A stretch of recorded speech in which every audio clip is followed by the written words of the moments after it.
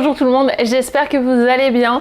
Je suis contente de vous retrouver aujourd'hui pour parler d'un sujet vraiment différent. On parle beaucoup du Canada ici, on parle beaucoup de ma vie d'immigré au Canada. Je vous partage beaucoup de conseils sur comment réussir votre vie au Canada. En tout cas, préparer votre immigration et mettre toutes les chances de votre côté pour réussir cette expérience. Mais aujourd'hui, je vais partager quelque chose d'un petit peu différent. J'avais envie de vous partager des conseils, puisque récemment, on m'a dit plusieurs fois que je donnais de bons conseils de grande sœur. Alors, je suis grande sœur, si jamais vous ne savez pas, si vous avez jamais vu les vlogs où on voit mon frère et ma sœur. Quand je suis en France, en général, ils sont plutôt à l'aise avec la caméra, donc on arrive à les capturer. Quand je traduis des fois de l'anglais au français dans ma tête, capture content, capturer en français, j'ai l'impression que c'était Pokémon. Non, ce ne sont pas des Pokémon. J'ai bien un petit frère et une petite sœur. Donc aujourd'hui, je voulais vous partager quelques conseils que j'aurais aimé entendre plus tôt, que j'ai appris parfois d'une façon un petit peu difficile parce que je me suis retrouvée dans des expériences où j'ai été forcée d'apprendre et je me suis dit que peut-être ça pourrait vous aider.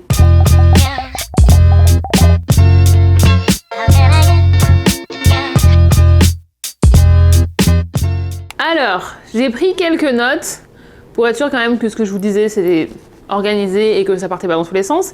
Pareil, si vous êtes là depuis un petit moment, vous savez que si je n'ai pas de notes, ça part dans tous les sens et que je peux parler surtout pendant des heures. Je voulais vous partager le premier conseil qui est un conseil que j'ai donné plusieurs fois autour de moi, surtout à mes très proches, et qui est quelque chose qu'on n'entend pas souvent. Mais c'est que tout le monde n'est pas fait pour faire partie de votre vie toute votre vie. Voilà, donc il faut être ok avec le fait qu'il y a des gens qui vont rentrer dans votre vie et il y a des gens qui vont sortir de votre vie. Et ça, c'est quelque chose qui est souvent assez difficile parce qu'on s'attache aux souvenirs qu'on a ensemble, on s'attache à tout ce qu'on a fait et en fait on justifie aussi tout ce passé qu'on a ensemble et cette expérience qu'on a ensemble pour excuser toutes les situations et tous les comportements.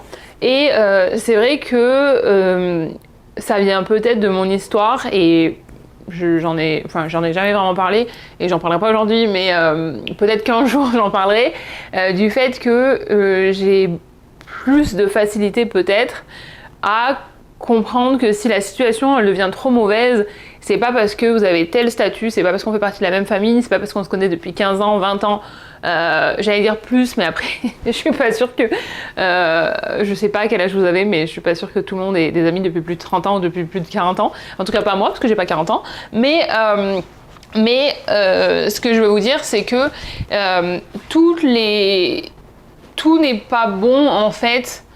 Toutes les excuses ne sont pas bonnes pour garder quelqu'un dans notre vie et si jamais vous avez besoin d'entendre ça, j'espère être la personne qui va pouvoir vous aider en vous disant qu'il y a des gens qui vont se donner le droit d'être dans votre vie parce qu'ils ont fait telle chose ou telle chose pour vous, parce que vous avez tout cet historique ensemble, parce qu'ils vont se servir du fait que vous avez des souvenirs ensemble, que encore une fois, vous avez peut-être des liens qui sont plus forts que ce qu'on peut avoir avec des amis. Un paquet est arrivé. En fait, je sais pas si... Petite parenthèse, ma montre vient de se sonner. En fait, quand je reçois un colis, on a des placards en bas. Et ça envoie un message pour dire vous avez reçu un colis. Mais j'ai rien commandé donc je ne sais pas ce que c'est. Et ça, vous y allez avec votre code ou votre QR code et vous pouvez ouvrir. Ça, en fait, ça permet que ce soit disponible 24 heures sur 24 et que ce ne soit pas posé devant votre porte. Après, ici, on a un concierge, donc c'est le concierge qui récupérerait sinon. Mais c'est des petits colis, les mettre là-dedans. Bref, j'avais dit qu'on parlait pas forcément de la vie au Canada, mais vous voyez, ça revient toujours. En même temps, c'est ma vie. Mais ce que je voulais vous dire, c'est qu'il y a certaines personnes qui vont utiliser ces excuses-là, enfin ces circonstances-là plutôt, pour excuser tout ce qu'elles vont vous faire vivre. Et je suis vraiment de ceux qui disent que quand... qu'une relation amicale, c'est la même chose qu'une relation amoureuse. C'est vraiment bizarre comment l'humain se comporte parce que on a beaucoup plus de... Alors, j'ai pas envie de dire de facilité parce que c'est toujours difficile de sortir d'une relation amoureuse, mais en tout cas on est beaucoup plus à l'aise avec l'idée de rompre une situation amoureuse qui ne nous convient plus, qui est plus alignée avec qui on est, avec nos valeurs, ou une relation où la personne prend avantage de nous. Mais quand on parle de relations amicales, on a beaucoup plus de mal à se dire que une relation amicale, elle peut aussi arriver à la fin de son cycle et qu'elle peut aussi se terminer. Et je voulais aussi clarifier ce point-là, c'est qu'on n'a pas besoin qu'il se passe quelque chose de grave ou de vraiment catastrophique pour ressentir le besoin de terminer une relation amicale. Des fois, c'est que nos chemins ils vont se séparer naturellement parce qu'on prend des directions qui sont opposées, parce qu'on réalise que nos valeurs elles ont changé, que nos objectifs ils ont changé. Et c'est vrai qu'il y a quelques années, quelqu'un m'a dit oui, mais ces gens-là avec qui tu as grandi, par exemple, c'est quand même les gens qui te rappellent qui tu es. Et pour moi, je le vois complètement à l'inverse. Et donc, c'est toujours intéressant aussi d'en discuter. Et je suis curieuse d'avoir votre avis dans les commentaires aussi. Donc, n'hésitez pas à me donner votre perspective. Et ça peut être à l'opposé de ce que je dis. C'est pas grave, on est là pour échanger. Mais moi, je trouvais que justement, si ces gens-là que vous avez depuis longtemps et qui ne vous encouragent pas, par exemple, ou ne vous soutiennent pas dans une direction qui vous correspond mieux, moi j'avais plus l'impression que c'était des gens qui me tenaient attachée à une image ou un état, on va dire un état parce que ce sera peut-être plus global, un état dans lequel j'étais à cette époque-là. C'est un peu comme si j'étais... je vois ça, c'est peut-être parce que hier j'ai eu un truc comme ça, mais comme si vous aviez été gelé dans la glace, vous savez, à l'époque des dinosaures, là, et quand vous vous retrouvez maintenant, vous êtes dans le même, voilà, je sais pas pourquoi ça me sort comme ça, mais je veux dire, c'est vous allez être frisé, gelé dans le temps, et ça sera beaucoup plus difficile d'évoluer après. Donc de toute façon, il n'y a pas qu'une façon de voir les choses, j'ai pas la vérité absolue. Ce que je veux surtout vous reteniez de ce conseil-là, c'est que il faut pas accepter tout et n'importe quoi sous raison qu'on se connaît depuis longtemps ou qu'on est de la même famille. Et après, chacun va le changer à son niveau, enfin, à sa situation. Mais si jamais c'est j'allais dire l'autorisation, mais vous n'avez pas besoin de mon autorisation, mais en tout cas, si c'est dont vous avez besoin pour être pointé dans la bonne direction en vous disant c'est totalement acceptable de terminer des relations qui ne vous servent plus aujourd'hui. C'est le moment où la relation elle devient plus une contrainte et plus un poids et que, enfin je veux dire, c'est quand on va à reculons pour voir quelqu'un par exemple qui est censé être un ami ou quelqu'un de très proche, c'est en général un signe que voilà, il y a quelque chose qui va pas. C'était mon conseil numéro 1 de grande sœur que j'ai donné autour de moi, mais plein de fois. Et j'espère que derrière votre écran, il y a une personne au moins pour qui ça résonnera. Ensuite, mon deuxième conseil, c'est d'apprendre à être heureux pour soi-même sans mettre son bonheur entre les mains de quelqu'un d'autre. Et dans ce quelqu'un d'autre, je parle de relations amoureuses. Si vous êtes là depuis longtemps, vous savez aussi que j'ai été célibataire pendant très longtemps. C'est vrai que maintenant, quand on me voit sur les réseaux, on le sait pas parce que ça fait des années qu'on est ensemble, mais j'ai passé la moitié de ma vie au Canada célibataire. J'étais célibataire avant de partir aussi depuis longtemps. Avant ça, quand j'étais en France, plus jeune, au début de ma vingtaine, j'ai habité avec quelqu'un. C'était une relation de presque 3 ans. Je me suis rendu compte après ça que j'avais besoin de me trouver moi-même et de savoir qui j'étais, de savoir ce que j'avais envie de faire et que j'étais pas en capacité d'avoir quelqu'un d'autre à côté de moi pour me donner un petit peu son opinion ou en tout cas me diriger dans ce que je voulais faire. Et si jamais vous êtes dans cette situation-là et que vous avez la pression aussi autour de dire mais non mais la validation ça passe par le fait d'être en couple ou alors la société elle vous dit que pour réussir il faut avoir un partenaire, il faut avoir envie d'avoir un enfant, il faut acheter une maison. En fait tout ça il faut s'en détacher et c'est pas suivant dans le milieu dans lequel on évolue, ça peut être beaucoup plus difficile. Mais je trouve que c'est essentiel de passer du temps sur savoir qui on est, ce qu'on veut faire, sans avoir l'influence de qui que ce soit. Parce que, et ça je sais que il y a vraiment, ça va aussi dépendre des cas, parce que si vous êtes avec un partenaire ou une partenaire qui est vraiment un soutien et qui va vous laisser de la place pour être qui vous voulez être, vous allez peut-être pas vous retrouver dans des situations comme je suis en train d'expliquer maintenant. Mais moi, j'ai trouvé que les relations que j'ai pu avoir, c'était quand même assez réducteur et que la personne avec qui j'allais être, elle voulait que je sois exactement la personne que elle avait envisionné, ça ne se dit pas, visualisé comme son partenaire, mais que entre l'image, en tout cas l'idéal que la personne elle voulait pour son ou sa partenaire, dans ce cas-là sa partenaire parce que c'était moi, sa partenaire versus l'image que moi j'étais, il y avait un gap. Et ce que j'ai pas compris pendant des années, et que j'ai compris avec mon copain avec qui je suis actuellement depuis 5 ans et demi, c'est que toutes les relations que j'ai pu avoir avant, c'était des gens qui voulaient me changer moi pour que je rentre dans le moule que eux ils avaient pour leur partenaire idéal.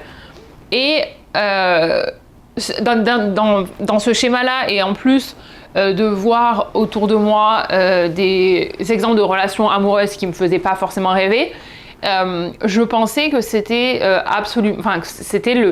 c'était un petit peu le deal, si tu es dans une relation, il va falloir que tu changes, ou en tout cas que tu matches les attentes de la personne qui est en face de toi, et que tu oublies un petit peu qui tu es.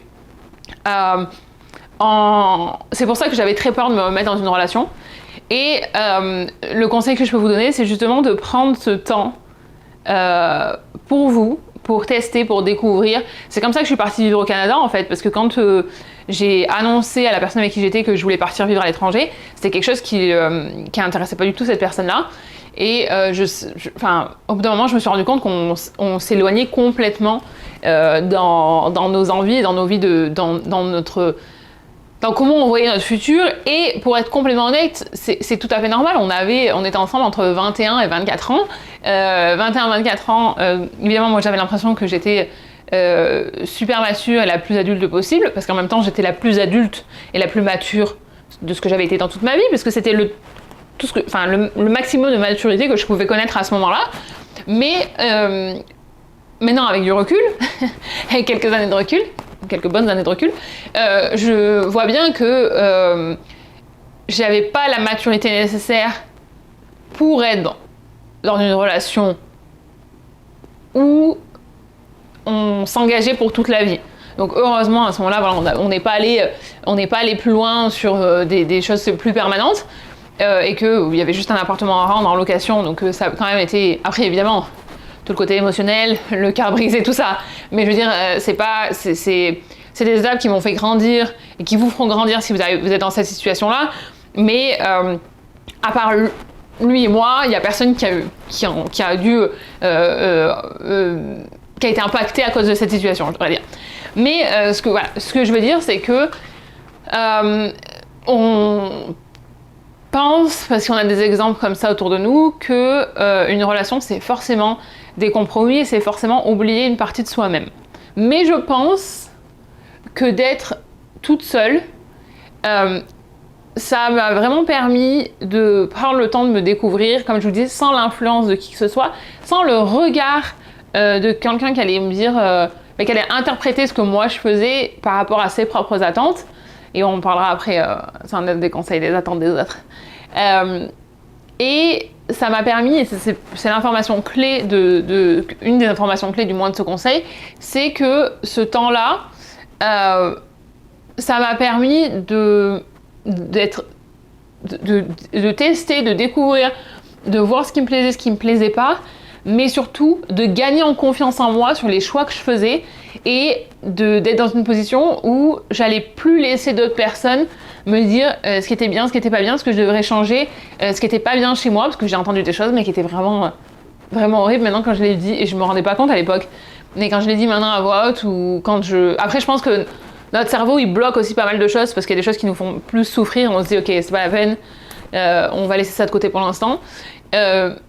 Mais j'aimerais bien pouvoir dire à peut-être des personnes qui sont plus jeunes, qui regardent des vidéos, ou même pas plus jeunes, hein, peut-être, parce que je pense qu'on fait tous ce cheminement à un moment différent de notre vie. Prenez le temps de vous découvrir vous-même, prenez le temps d'avoir confiance en vous et de construire cette confiance pour que plus personne puisse la détruire. Et que surtout on ne vous remette pas en question, on ne vous fasse pas douter de ce que vous êtes et de ce que vous aimez faire. Ouais, et c'est vraiment quand je vous disais tout à l'heure que c'est quelque chose que j'ai découvert en étant avec mon copain, donc Monsieur Chaton, si vous connaissez, si vous l'avez déjà vu dans les vlogs ou sur les réseaux, Monsieur Chaton, qui lui est à l'opposé de tout ça et qui vraiment m'encourage à être moi-même, qui m'a pas du tout fait changer. Alors évidemment, on change dans une relation. C'est sûr qu'il y a des choses où on va changer, on va devenir plus flexible sur certains trucs, il y a des trucs... Voilà, donc, par exemple, je suis un peu plus relax que ce que j'étais avant avec lui, mais il m'a pas fait changer sur mes piliers fondamentaux, ou en tout cas ce qui fait ma joie de vivre, ce qui m'intéresse. Enfin, voilà. Donc, c'est normal qu'on évolue ensemble, c'est normal que vous soyez exposés à de nouvelles choses dans une relation. C'est pas normal qu'on vous demande de changer complètement, puisque si on vous demande de changer complètement, ça veut dire que vous êtes tout simplement pas la bonne personne pour cette personne. Tout simplement. Il n'y a plus de liquide à vie dedans. Ensuite, hop. Non mais vraiment apprendre à être heureux par soi-même. Je me rappelle avoir lu une citation qui disait que quand vous rencontrez quelqu'un, ça devrait seulement apporter du plus à votre vie. Et j'avais eu l'impression vraiment d'être tellement entendue quand j'ai vu ça, parce que c'est ce que je disais depuis des années, que je voulais pas juste dater à droite à gauche ou rencontrer des gens si c'était pas quelqu'un avec qui j'accrochais directement, parce que ma vie était déjà géniale et j'avais pas du tout envie de me rajouter des choses juste pour dire dans une relation. J'en ai encore 4. La prochaine, c'est la discipline dans les choses qui comptent pour vous. C'est quelque chose qu'on... Je pense qu'on l'apprend si on fait peut-être du sport très jeune, tout ça, mais moi j'ai jamais fait de sport très jeune. J'ai fait une saison de basket et on m'a mis dehors à la fin, à 13 ans. Ça a été traumatisant jusqu'à ce que je prenne ma revanche ici. Mais la discipline, après la discipline, ma mère elle me l'a apprise en nous disant que voilà, si on commençait quelque chose, il fallait qu'on le finisse. Et je pense qu'il y a beaucoup de gens qui n'ont pas cette notion-là et qui vont passer à côté d'opportunités juste parce que du premier coup ça ne marche pas. Et même moi encore aujourd'hui, hein, il y a des fois où il y a des choses qui fonctionnent pas. Par exemple mes workshops, c'est difficile des fois d'avoir du monde parce que c'est difficile de faire payer les gens en général. Pour mes événements gratuits, il y a toujours plein de monde. Dès qu'on touche au portefeuille, c'est beaucoup plus compliqué de convaincre les gens par exemple. Et ça, à chaque fois c'est difficile. Des fois je me dis c'est bon, je vais tout arrêter. Et je continue parce que je me rappelle que il y a plein de choses qui n'arrivent pas en une fois. Et il y a plein de... Et puis il faut aussi changer la perspective. Je me dis ok, il y a peut-être pas... 50 000 personnes, parce que j'ai pas envie non plus, mais ces gens-là qui sont revenus, ils ont quand même fait le choix d'être avec toi aujourd'hui. Donc c'est important la discipline, la notion de discipline, parce que si vous vous arrêtez à chaque fois que vous avez un obstacle ou à chaque fois qu'il y a quelque chose qui marche pas du premier coup, vous allez essayer beaucoup de choses, vous allez tenter plein d'expériences, mais vous allez toujours avoir ce sentiment que vous êtes dans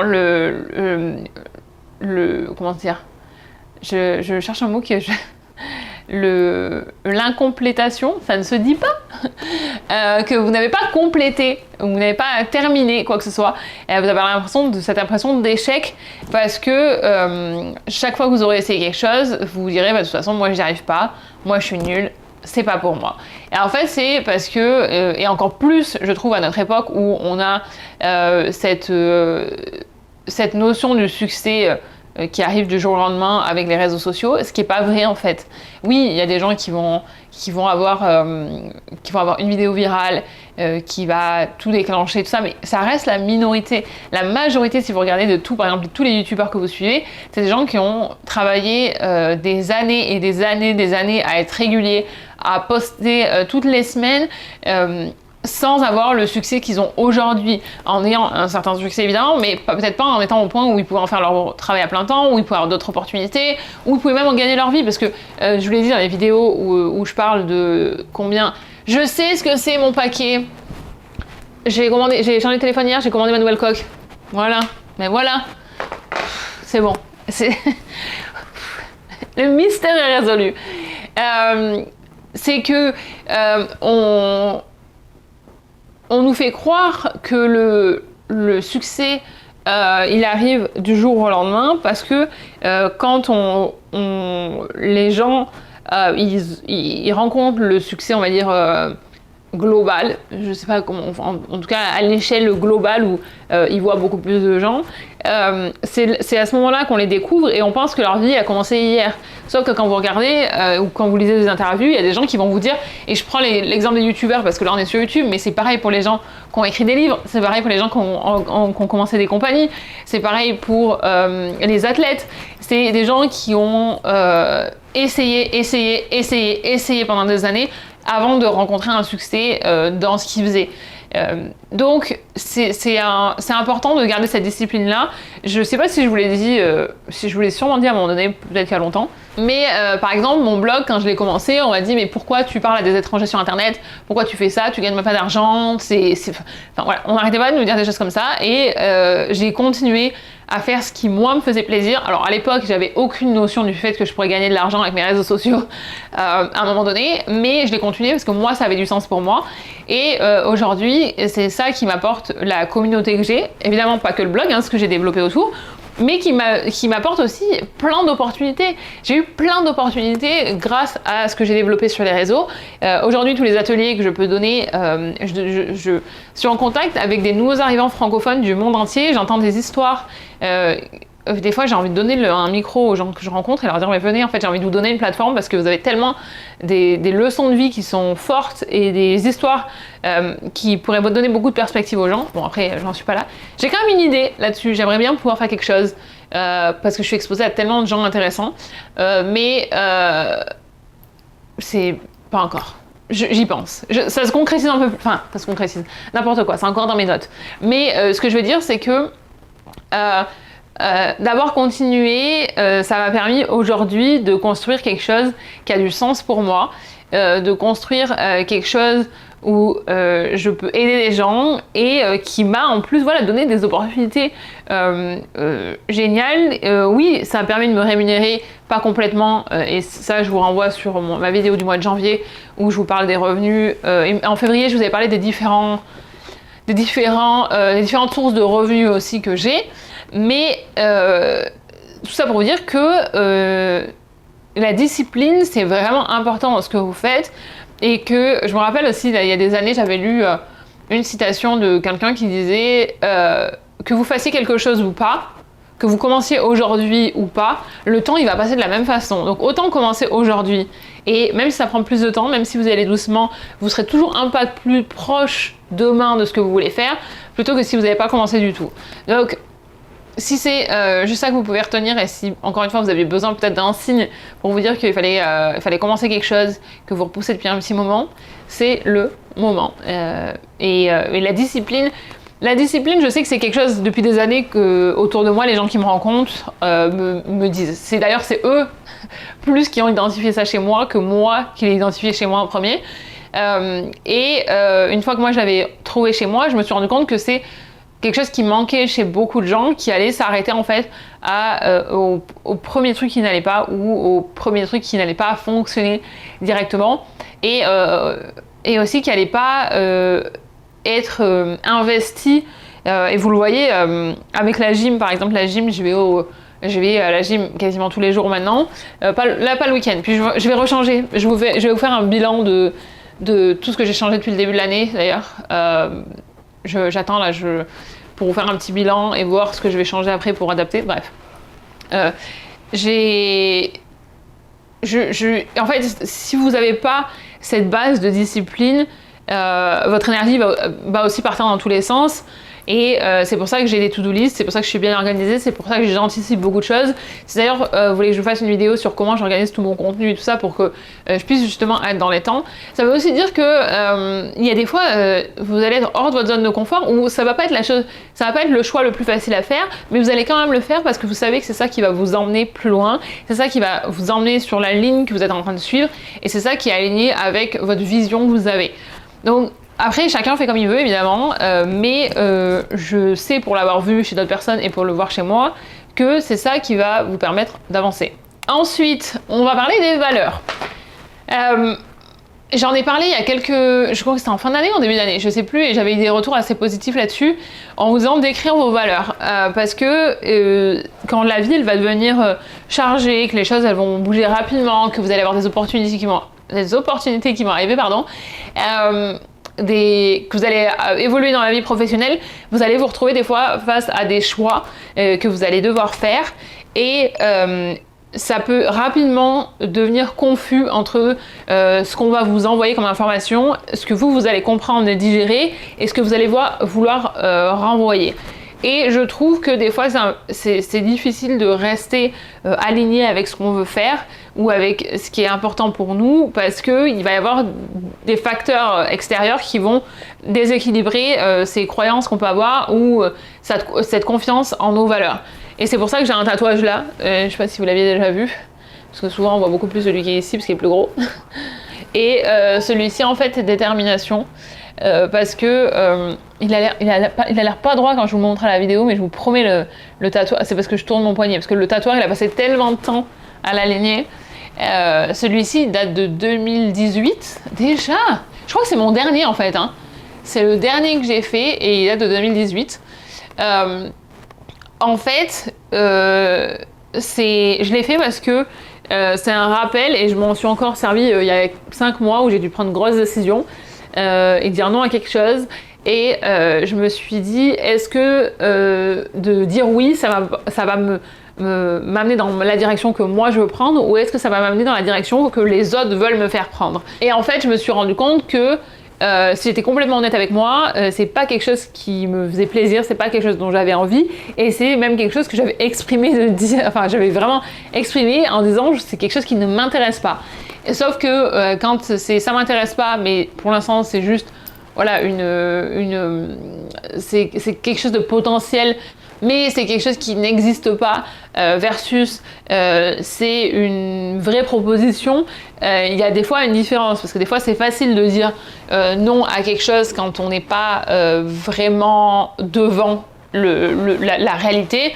Quand après on a vraiment les faits devant nous et qu'on nous pose la question pour de vrai, notre réponse elle peut changer. En tout cas elle peut être influencée par les éléments extérieurs. Ce que je voulais vous dire, c'est que d'avoir ces valeurs écrites quelque part, ça va vous permettre de retourner sur votre centre, sur votre ancrage et de vous dire est-ce que c'est aligné par rapport à ce que je veux faire, est-ce que c'est aligné par rapport à mes valeurs, est-ce que c'est aligné par rapport à qui je suis, est-ce que ça répond à mes besoins, à mes envies, à mes rêves ou est-ce que ça répond au narratif d'une autre personne. Et ça m'est arrivé vraiment 2 fois dans ma vie où plus que ça, on va dire 2 fois dans ma vie d'adulte au Canada où j'ai eu des personnes qui voulaient me pousser à faire des choix parce que ça répondait à leurs besoins à eux et à leur vision de ce qu'ils pensaient que je devrais faire et de ce qu'ils pensaient qui serait le mieux pour moi alors que ça allait à l'opposé de moi ce que je voulais faire. Donc mon conseil ici c'est vraiment d'essayer d'avoir cette liste de valeurs qui est quelque chose qui peut bouger, qui peut évoluer avec le temps. Les valeurs que j'avais à 21 ans c'est pas les mêmes que j'ai aujourd'hui dans ma trentaine, mais d'avoir ça quelque chose d'écrit, ça va aussi vous permettre de voir l'évolution de qui vous êtes, de comment votre environnement extérieur il va vous impacter, comment par exemple le fait que vous ayez déménagé ailleurs, comme dans mon cas, vous allez vous ouvrir sur un autre monde, sur d'autres problématiques qui vont impacter vos valeurs. Tout ça voilà pour dire que c'est important je trouve de faire ce travail-là pour vous aider à mieux cerner qui vous êtes et où vous voulez aller. On va finir avec 2 conseils que je voulais absolument vous partager aujourd'hui. L'avant-dernier, c'est de vraiment ne pas laisser les limites des autres devenir les vôtres. Et ça, je le répéterai jamais assez, je vous l'ai déjà dit plusieurs fois dans des vlogs, c'est que, et je l'ai ressenti particulièrement en déménageant à l'étranger, c'est que les gens vont toujours projeter sur vous quelque chose qui se base sur ce que eux ils sont capables de faire, sur leur propre personnalité, leurs propres attentes, leurs propres rêves, leur version idéale de la vie. Et il y a autant de versions idéales de vie qu'il y a de personnes autour du monde. Donc ça veut dire que ce que vous pensez qui est bien, ça ne le sera pas pour quelqu'un d'autre, mais ce que quelqu'un pense, ce ne sera pas bien pour vous. Et j'ai été cette personne-là aussi quand plus jeune, j'essayais d'expliquer à ma petite sœur que c'est ce chemin-là qu'elle devrait suivre parce que c'est ce qui est le mieux pour elle, alors qu'en fait on n'a juste pas du tout la même version de la vie idéale, qu'on s'entend super bien, on s'adore, on adore passer du temps ensemble, on se parle tous les jours, mais on n'a pas la même version de la vie idéale et à cause de ça, en fait, on va pas faire les mêmes choix dans la vie parce que il y a des... Vous savez, on a tous des curseurs, en fait, à dire, voilà, ce critère-là, il est plus important pour moi. Il est important, genre, à 25%. Celui-ci, il est à 33%. Celui-ci, il est à 28%. Celui-ci, il est à 75%. Et chaque personne va avoir des curseurs différents qui va influencer les choix qu'ils vont faire dans leur vie et ce qu'ils sont capables de faire et ce qu'ils sont pas capables de faire, ce qu'ils sont capables de risquer, ce qu'ils sont pas ce qu'ils sont capables de risquer, ce qu'ils sont pas capables de risquer. Je l'ai beaucoup entendu quand je suis venue au Canada, c'est ah mais moi je le ferai pas, non mais c'est n'importe quoi, tu devrais pas le faire, de toute façon tu vas partir là-bas, tu vas pas trouver de boulot, tu vas rien faire, nanana, machin et tout. Et en fait, je l'ai encore plus vu dans les dernières années où j'ai vu des personnes autour de moi exprimer, me dire des choses sur d'autres personnes en me disant non mais de toute façon cette personne-là elle aime pas faire ça ou elle aime pas faire ci, sachant que j'avais entendu cette même personne être complètement ok avec ça et je me suis encore plus rendu compte que c'était quelque chose qu'on gardait toute sa vie, c'est pas quelque chose qu'on va avoir seulement quand on est plus jeune ou quand on n'a pas assez de maturité ou de recul, c'est quelque chose qu'on va faire sans forcément s'en rendre compte, à essayer de toujours projeter ses propres craintes, sa propre vision sur les autres parce qu'on pense toujours avoir la version parfaite ou la seule version qui devrait exister. Donc ça c'est très très important et particulièrement si parmi vous il y en a qui ont prévu de partir vivre à l'étranger ou même qu'on partit, je veux dire, pas besoin de partir très loin, hein. Des fois c'est difficile pour les gens autour de nous laisser partir même juste dans une autre ville dans le même pays. Vous allez sûrement être confronté à des gens qui vont vous partager leur panique, leur peur, leurs angoisses, leurs craintes. Je vous mets que des synonymes là, non? On n'est vraiment pas sur on n'est pas sur des options très larges, mais qui vont vous partager en fait tout ce qui va être en eux et qui n'a aucun lien avec vous. Le seul lien que ça a avec vous, c'est que c'est vous qui apportez cette situation-là. Et donc, eux, ils vont se projeter dans cette situation en disant « Mais moi, en fait, je pourrais pas le faire. Moi, je me sentirais pas de le faire. Moi, je serais pas prêt ou prête à vendre tout ce que j'ai ici pour déménager dans un autre pays. Moi, je serais pas prête à lâcher mon CDI pour aller dans un autre pays. » Parce que ça, je l'ai entendu. J'avais un CDI en France quand je suis partie. J'avais un CDI, une voiture de fonction... Donc c'était vraiment pour les gens, je disais mais en fait non. Enfin, ça vient aussi du fait que pour moi ça n'a jamais été un idéal d'avoir un CDI et voilà. Après j'aimais bien ma voiture de fonction, je vais pas vous mentir, mais ici j'en ai pas besoin. J'avais pas attribué le CDI comme une victoire ou en tout cas un accomplissement. Oui c'était chouette, mais à cet âge-là c'était pas pour moi. Je me disais mais j'ai tellement plus d'expérience à vivre que ça que je peux pas rester attachée à cause d'un CDI quoi. Après je pense aussi, pour être complètement honnête, parce que je suis consciente que ça vient aussi de la manière dont on a grandi, parce que un CDI ça apporte de la sécurité et que pour certaines personnes c'est sûrement réconfortant et c'est sûrement nécessaire, mais comme je viens d'une famille d'entrepreneurs, en fait c'était pas pour moi, le CDI, ça n'a jamais été dans notre vocabulaire. Parce que mon grand-père avait son entreprise, c'était mon père après, et maintenant c'est mon frère. Mon oncle qui est aux États-Unis, il est aussi entrepreneur. Mon cousin aussi. Enfin, ils ont tous, d'une manière ou d'une autre, on a été majoritairement exposés à des gens qui étaient à leur compte. Donc c'est vrai que cette notion de sécurité avec le CDI, c'est jamais quelque chose qui a été discuté chez moi. Ça n'a jamais été discuté. Par contre, c'est vrai que chez moi, ça a été discuté le fait d'aimer son métier, le fait d'aimer ce qu'on faisait. Et c'est pour ça aujourd'hui que pour moi, c'est aussi important d'aimer ce que je fais. Et aussi pourquoi je peux passer des heures et des heures à travailler sur certains trucs. Parce que c'est quelque chose qui me fait vibrer et vraiment que j'aime profondément. Je crois que je me suis éloignée de ce que je voulais dire, mais ce que je veux dire, voilà, c'est que les peurs que les gens vont pouvoir avoir et vont projeter sur vous, c'est pas des peurs que vous avez. Et je me rends compte aussi au fil des années où je vois des choses passer sur les réseaux, par exemple, aussi, parce qu'en plus, maintenant, en plus du bruit qu'on peut avoir autour de nous, on a aussi l'accès à tous ces réseaux, et il y a des choses que je vais voir et je me dis, Mais c'est fou parce que ça, il y a quelques années, c'était même pas quelque chose que j'avais dans mon radar auquel je pensais. Et maintenant, je vais faire attention parce que j'ai vu une personne en parler et que maintenant, ça a allumé une petite lumière où c'est dans mon radar. Et donc, ce que je veux vous dire, c'est que il faut vraiment séparer, il faut vraiment être capable de prendre du recul entre ce que vous pensez être capable de faire, ce que vous avez envie de faire, et ce que vous êtes capable d'accepter, versus les peurs des autres, et ce que eux vont renvoyer en fait à travers leurs yeux sur votre situation. Et la dernière chose dont je voulais qu'on parle, c'était le fait qu'il va falloir accepter que tout le monde ne va pas vous aimer. Tout le monde ne va pas aimer ce que vous faites, tout le monde ne va pas aimer qui vous êtes. Et le plus important en fait, c'est d'être aligné avec vos valeurs, avec ce que vous voulez renvoyer. Il y a plein de gens qui m'aiment pas. Je le sais parce que ça me revient, je le sais, parce qu'il y a des gens qui vont prendre un malin plaisir à me dire « Ah mais un tel, il a dit ça ». Alors après, c'est vrai que vu que j'engage pas dans ce genre de conversation et que je nourris pas ce genre de sujet, ça me revient beaucoup moins maintenant ces dernières années. Mais je veux dire, pour être complètement honnête, il y a une fois, il y a quelques années, je me faisais insulter dans un groupe Facebook ici, où j'étais même pas membre parce que j'avais été bloquée du groupe, et que c'est des gens qui m'ont envoyé des messages en me disant mais ils sont en train de t'insulter là gratuitement parce que j'avais absolument rien fait, j'étais même pas dans la conversation. Donc c'était une expérience aussi très très sympa ça, parce que vous pouvez même pas vous défendre parce que vous n'avez pas accès au groupe, mais il faut faire la paix avec ça. Et c'est aussi un gros travail que j'ai fait sur moi-même sur les dernières années, c'est au lieu de voir tout le négatif, de voir tout le positif. Et de me dire, au lieu de voir que je suis pas encore arrivée à ce niveau-là, ben voir qu'en fait je suis déjà quand même là.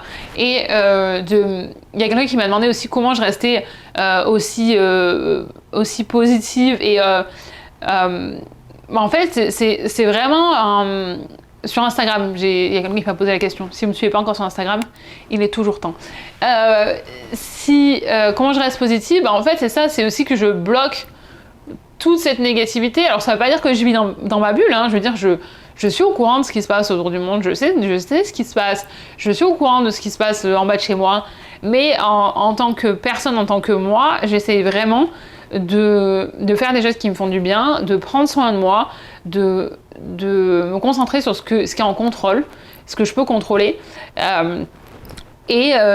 Je vous ferai peut-être une vidéo un peu plus détaillée là-dessus pour vous expliquer aussi, je crois que ça fait un moment que je vous le dis, mais pourquoi en fait, qu'est-ce qui a déclenché le fait que je sois aussi positive ? Parce que, on va pas se mentir, si je suis aussi positive aujourd'hui, c'est parce que je sais que ça peut être très très mauvais en fait, que ça peut être bien pire au niveau personnel.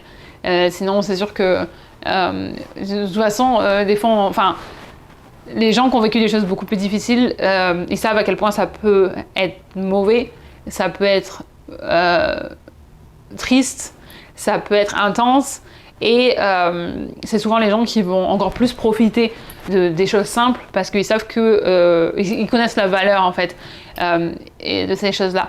Mais je sais plus où j'en étais. Je vous disais, je sais plus du tout où j'en étais.